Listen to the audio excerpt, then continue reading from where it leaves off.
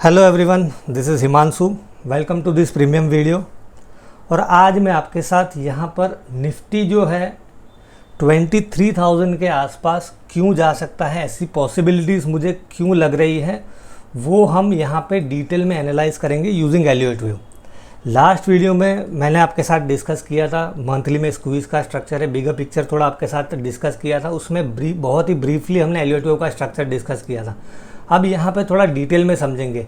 सो ये वीकली का चार्ट है निफ्टी फ्यूचर का, और यहाँ पर ये अभी जो ब्लैक में लेबलिंग किए हैं उस पर आप फोकस कीजिए। ये जो ब्लैक में मैंने लेबलिंग किया है और मैंने जो लेबलिंग स्टार्ट किया है that is from pandemic time पे जो लो बनाया था 7526, ये वीकली के वेव काउंट्स हैं।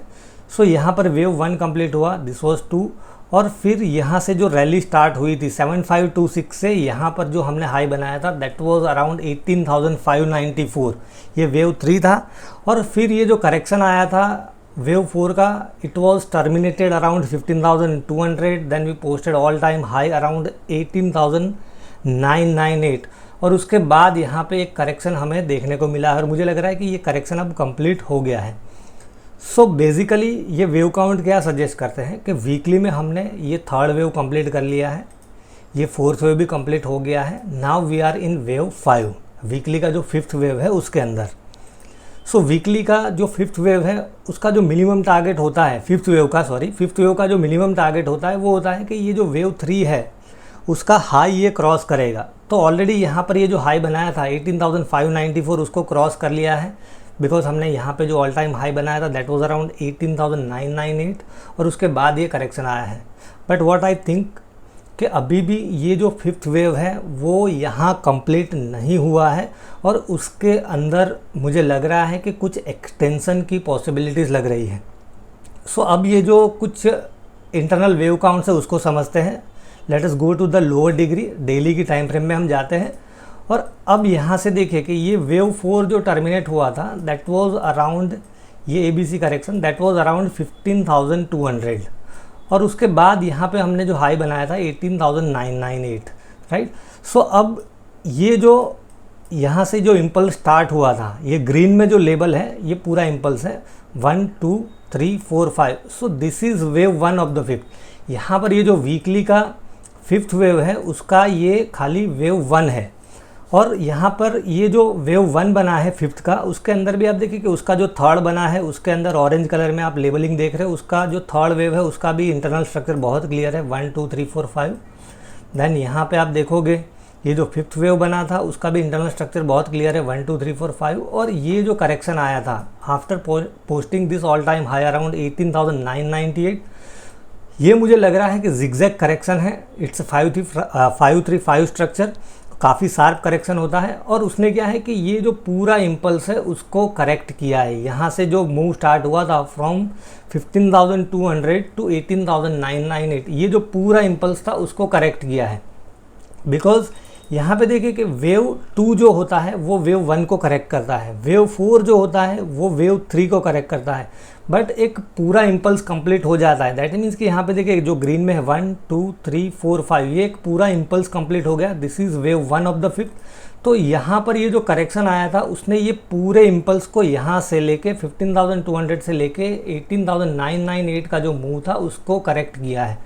और एलियट व्यू के गाइडलाइन के हिसाब से ये जो करेक्शन होता है वो यूजुअली क्या है कि प्रीवियस फोर्थ वेव की टेरिटरी में कंप्लीट हो जाता है। तो आप देखिए कि प्रीवियस फोर्थ वेव की टेरिटरी में ही ऑलमोस्ट आया है, और यहाँ पे मुझे लग रहा है कि ये जो वेव 2 हो सकता है, ये वेव 1 है, ये जो फिफ्थ है उसका 1 है। नाउ ये जो वीकली का फिफ्थ वेव है उसका ये वेव 2 है, ये पूरा करेक्टिव पैटर्न ही लग रहा है यहाँ पर। और अब यहाँ पर जो है we are starting the strongest impulse.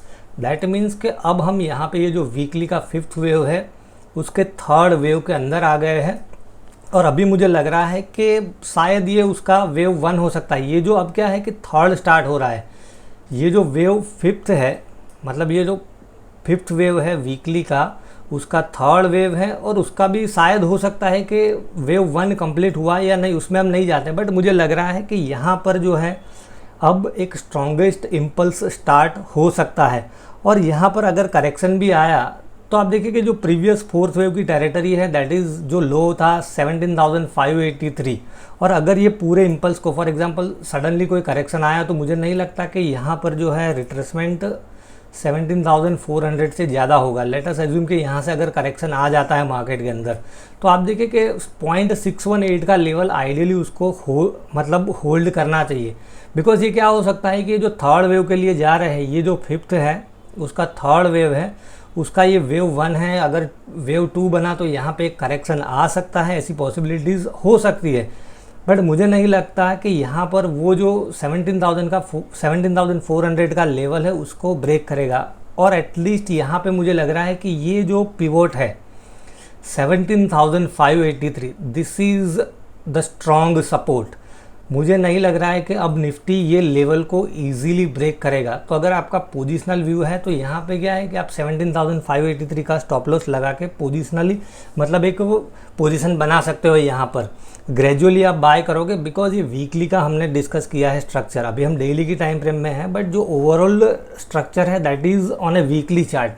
तो बीच बीच में छोटे मोटे करेक्शन आते रहेंगे।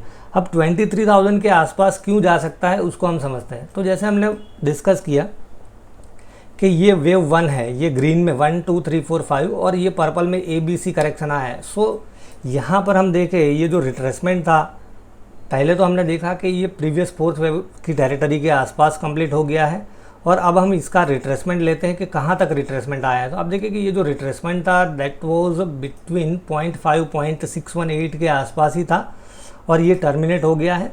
और अब ये वेव 3 का जो नॉर्मल एक्सटेंशन लेवल होता है वो होता है 1.618 से लेके 1.75। These are the common extension ratios of wave 3। तो यहाँ पर हम देखें ये लेवल्स कहाँ पे आ रहे हैं, तो आप देखिए कि यहाँ पर जो लेवल आ रहा है 1.618 का दैट इज़ अराउंड 22,950 के आसपास, और 1.75 का दैट इज़ अराउंड 23,500 के आसपास। तो ये एक लेवल मुझे लग रहा है कि पॉसिबल हो सकता है गोइंग फॉरवर्ड।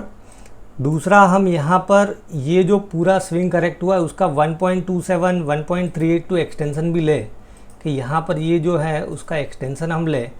सो मुझे लग रहा है कि देखिए कि बैर मिनिमम यहाँ पर जो है 19,500 19,800 तो बैर मिनिमम टारगेट लग रहा है यहाँ पर।